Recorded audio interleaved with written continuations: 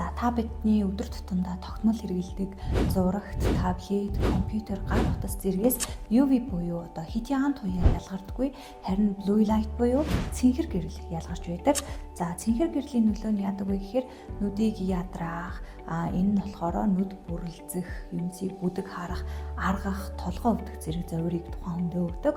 Мөн одоо тархинаас ялгардаг мелатонин хэмээх одоо нойрны дааврыг багасгаснаар нойрны чанарт сөргөөр нөлөөлдөг. Мөн одоо бага насны болон өсвөр насны хүүхдүүдэд анхаарал төвлөрөх болон суралцах чадварт нь сөргөөр нөлөөлдөг байгаа. За тэгэхээр цэнхэр гэрлийн нөлөөнөөс хэрхэн нүдээ хамгаалах вэ гэхээр тухайн туяанаас одоо хамгаалдаг шилийг хэрэгжилж болж байна. Мөн одоо аль болох орой одоо дэлгэц ширтэхгүй байх.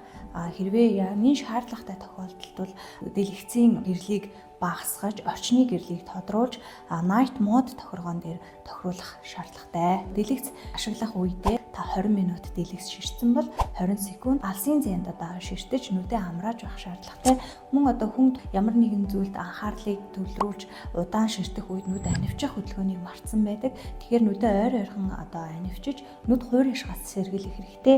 Хэрвээ таны нүд нэгэнд одоо аргаад хуурайшиж байвал бишигшүүлэгч хиймэл нулимсыг хэрэглэх, нарийн мэргэжлийн нүдний эмчид хандаж эмчилгээ зөвлөгөө авах шаардлагатай юм аа.